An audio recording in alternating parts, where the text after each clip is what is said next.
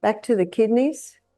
So the kidneys are quite remarkable. They not only filter the blood, they also monitor pH, they also monitor blood pressure, contributing to that, and also sodium and water levels in the body. So this lady who came to us, I remember early that next morning, I was praying. I said, Father in heaven, this lady's about to go on dialysis. What do I do?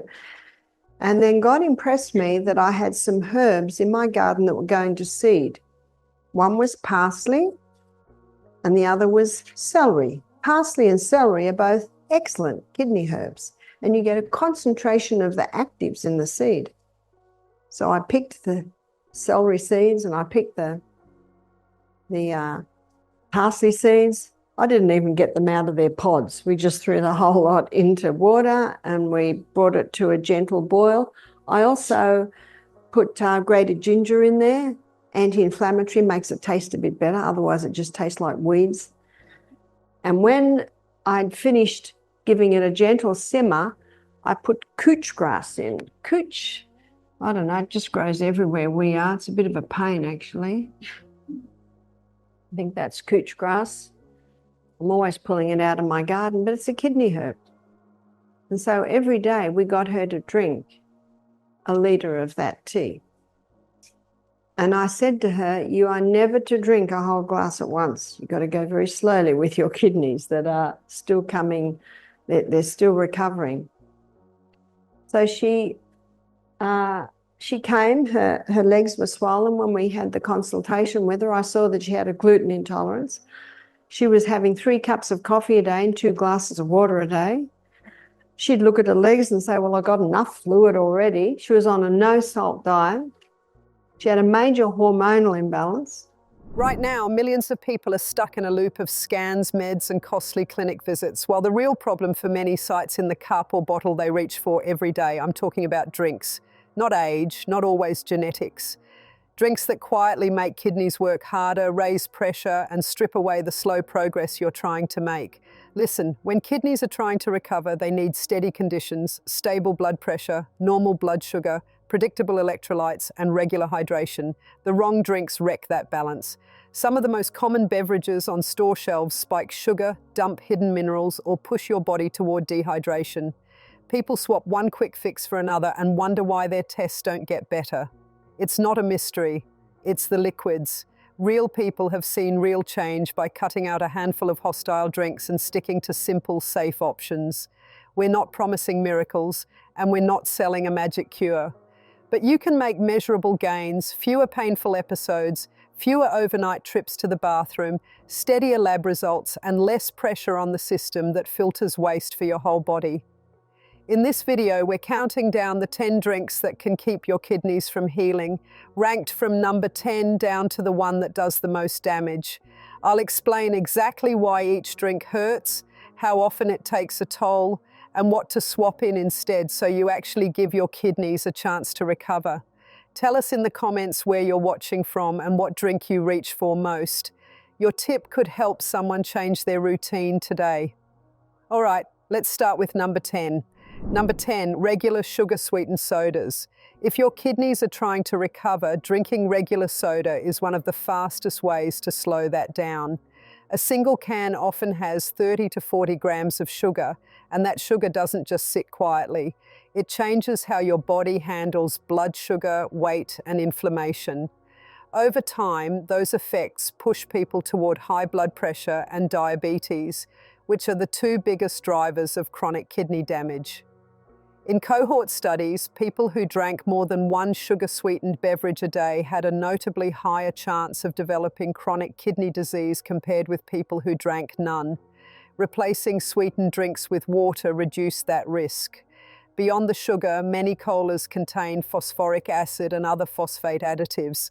Those additives are absorbed quickly and raise your phosphorus load. When kidneys are healthy, extra phosphorus can be managed, but when kidneys are stressed, the body struggles to clear it. High phosphorus forces changes in hormone levels and can pull calcium from bone, and it's also linked to worse heart and bone outcomes when kidney function is low. If you're trying to give your kidneys a chance to stabilize, cutting out sodas cuts 2 big problems at once. a daily sugar spike, and an ongoing mineral load. Sodas also make dehydration more likely. Caffeine in some sodas is a mild diuretic, and sugary drinks don't hydrate as effectively as plain water. Dehydration thickens urine and concentrates waste, which increases the chance of crystal formation and stones. On top of that, sugar raises uric acid levels, another factor that promotes kidney stones and harms kidney cells over time. So what should you do instead? The simplest move is the most effective. Replace soda with plain water, seltzer, or unsweetened tea. If you crave flavor, add a slice of lemon or a sprig of mint. If you find it hard to quit overnight, cut back one drink at a time, track sugar grams per day, and watch how your energy and blood pressure respond. Those small wins add up. If your medical team is monitoring kidney function, they'll usually see benefits in metabolic markers when you drop regular soda from your routine. Number 2, energy drinks and high stimulant boost drinks. Energy drinks are sold as quick performance fixes, but for kidneys, they're a risky habit. These beverages combine high caffeine with sugar or artificial sweeteners and other stimulant compounds. Caffeine causes temporary increases in blood pressure and heart rate. Repeated spikes stress the tiny blood vessels that supply the kidneys. Over time, that repeated stress makes it harder for damaged kidneys to recover. There are also case reports of people developing acute kidney injury after binging energy drinks, sometimes requiring hospital care. Those aren't everyday events for everyone, but they're a clear warning sign that the concentrated stimulant model is not kidney-friendly. Another issue is the unknown ingredients. Makers add proprietary blends like taurine, guarana, and herbal extracts at variable doses. Those blends interact with caffeine and can amplify cardiovascular effects. If you're exercising hard and using an energy drink to push further, you may combine stimulant-driven blood pressure spikes with dehydration from sweating, a bad combo for kidney tissue. Even if you don't end up in the ER, regular use keeps your blood pressure and metabolic load on a roller coaster, which makes measured healing nearly impossible. For the person who needs a lift, there are safer choices. Decaf coffee, a small cup of plain coffee if your clinician agrees, adequate sleep, or short walks for energy. If you're tempted to use energy drinks regularly, think of them like dangerous quick fixes. They create a pattern that works against steady kidney recovery. Cut them out and let blood pressure and hydration normalize. Your kidneys need calm, predictable conditions to mend. Number 3, excessive alcohol. Alcohol is a powerful disruptor of the steady internal environment kidneys need. Heavy drinking forces kidneys to filter toxins repeatedly and causes dehydration and swings in blood pressure. For people who drink heavily on a regular basis, the risk of developing chronic kidney disease roughly doubles compared with people who drink little or no alcohol. That's a big signal. Regular heavy drinking doesn't just irritate kidneys, it increases long-term risk in a measurable way. Alcohol's damage is both direct and indirect. Directly, it dehydrates and shifts electrolyte balance. Indirectly, it can harm the liver, which then changes the body's fluid and protein regulation and adds strain to the kidneys. Alcohol also raises uric acid, which raises the risk of kidney stones and gout, both painful and potentially damaging. And alcohol interferes with many medicines that people with kidney disease take, making safe medication management harder.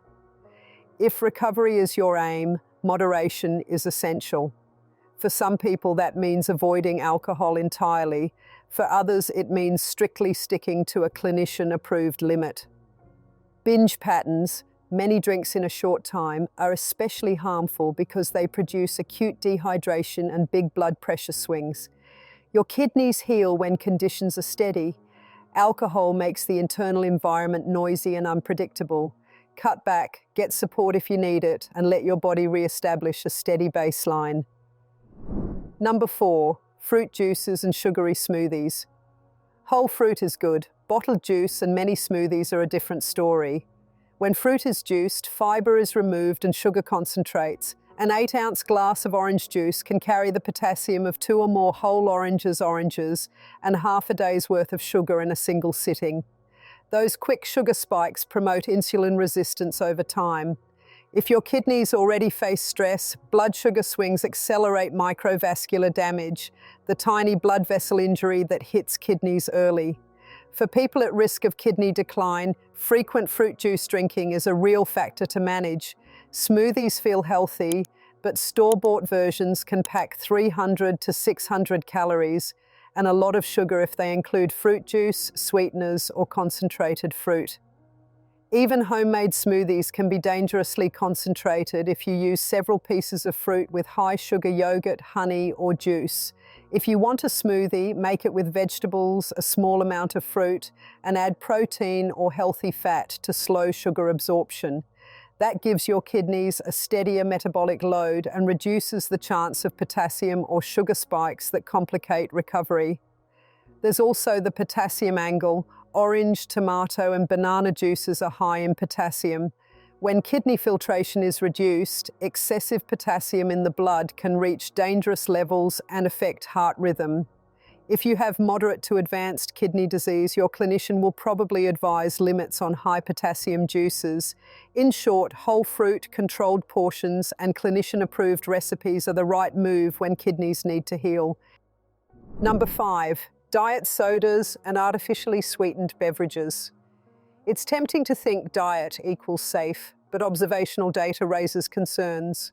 Regular use of artificially sweetened drinks has been linked in large data studies to higher risk of kidney function decline and to other heart-related problems. The mechanism isn't fully pinned down. It may involve additives like phosphate-containing acids, changes in gut bacteria, or metabolic effects from sweeteners. But the pattern is consistent enough that many kidney experts recommend avoiding these drinks if you want your kidneys to recover.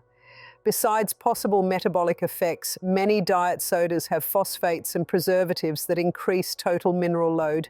In people with reduced filtration, those additives can accumulate and cause imbalance. If you're trying to give your kidneys the best chance, water or unsweetened alternatives are the simpler, safer option. Cutting out both sugary and diet sodas reduces a regular chemical and metabolic stressor that undermines steady improvement. If quitting feels hard, taper, replace 1 can a day with sparkling water, then 2, then none. Track how your blood pressure and labs respond. Often people notice better energy and fewer sugar cravings as they shift away from artificially sweetened beverages. The bottom line, diet is not a free pass for kidney recovery. Number 6, sports drinks and electrolyte beverages. Sports drinks have a place. Intense, prolonged exercise where you sweat heavily and lose salt and carbs. But most people drink them casually and daily. Those extra sodium and sugar doses push up blood pressure and calorie load, and some electrolyte drinks contain substantial potassium. For someone with reduced kidney function, excess sodium worsens blood pressure control, and excess potassium can be dangerous if kidneys can't clear it effectively. In short, sports drinks used as everyday beverages create a chronic mineral and calorie load that makes kidney recovery harder. If you exercise moderately, plain water plus a modest snack is usually enough. If you train for long sessions, use measured electrolyte replacements based on sweat tests or clinician advice. The hack many people use is dilution. Mix a small amount of sports drink into water, so you replace some electrolytes without overloading sugar and sodium. But the cleanest path for healing kidneys is minimal added electrolytes, unless you clearly need them. Also keep an eye on label potassium. Some electrolyte blends are potassium heavy. For people with moderate to advanced kidney disease, even small daily increases in potassium intake can push lab numbers upward. Talk to your clinician about tailored hydration. A safe rule, don't treat sports drinks as daily beverages when you want your kidneys to mend. Number 7, high-protein shakes and concentrated meal supplements. Protein helps muscles, but too much concentrated protein can be tough on kidneys that are already stressed. High daily protein loads increase the filtration pressure in tiny kidney filters, a process called hyperfiltration. And over months or years, that extra pressure can worsen leakage of protein into urine and speed decline for susceptible people. That doesn't mean you must avoid protein. It means you should match intake to what your clinician or dietitian recommends instead of following marketing on tubs and bottles. Commercial shakes often add minerals like phosphorus and sodium. If your kidneys can't clear excess minerals, those added substances accumulate and complicate healing. If you lift weights and want to preserve muscle while protecting kidneys, prioritize balanced meals with protein spread throughout the day and use lower dose supplements only with medical guidance. For many people, modest protein from food plus careful monitoring gives the best balance between muscle health and kidney protection.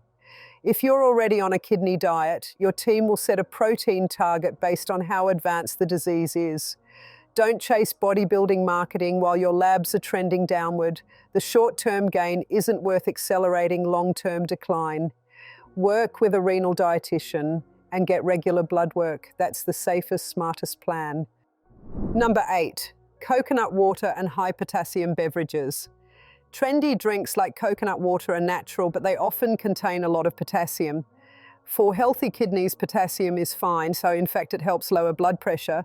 But when filtration drops, potassium can build up quickly and cause dangerous heart rhythm problems. Some coconut waters provide several hundred milligrams of potassium in one serving. For people with moderate or advanced kidney disease, that can be too much. Other natural options, tomato juice, certain green blends, and concentrated vegetable mixes can also be potassium heavy. If you're healing and your kidney function is not normal, your clinician will likely monitor potassium closely and may advise limits. The safe move is to check labels, use small portions, or dilute these beverages with water. If you like the taste, try low potassium alternatives or talk to your renal dietitian about how much is safe.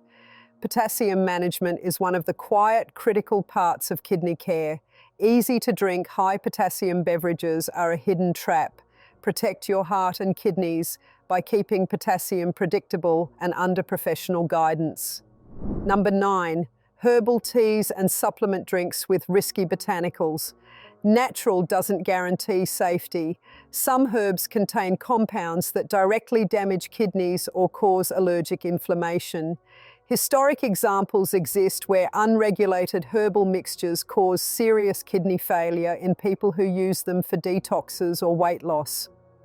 Because supplements are not regulated like medicines, concentrations vary, and contaminant risks exist. If you're healing kidney tissue, avoid starting new herbal cleansers or concentrated botanical supplements without checking with your clinician. Even benign-sounding blends can interact with medications or trigger immune responses in the kidney. There are case reports of acute interstitial nephritis and other kidney injuries linked to herbal products. The responsible approach is simple. List every supplement you use for your clinician to review and stop anything unapproved until you get the green light. Healing kidneys respond to predictable inputs. Herbal roulette does the opposite. Number 10, store-bought iced teas and other bottled sweetened teas. Bottled iced tea often hides a sugar or additive problem. Some of these drinks pack as much sugar as a soda. Others use preservatives and acidifiers that increase mineral load. That combination of sugar, sodium, and additives adds up to chronic stress on kidneys in the same way soda does. If your aim is recovery, switch to homemade unsweetened tea or plain water. If you need flavor, cold brew black or green tea with a lemon wedge, no sugar, gives taste without the metabolic hit. Also avoid cleanse and detox bottled products that promise quick fixes. They often contain laxatives, diuretics, or concentrated herbs that shift electrolytes and cause dehydration, the last thing kidneys need when they're trying to repair. Stick to simple labeled drinks and check with your clinician about any bottled product before you make it a habit. That wraps up our countdown of the 10 drinks that can keep your kidneys from healing. If you found this helpful, start making small swaps today. Your kidneys will thank you, and over time you'll notice the difference.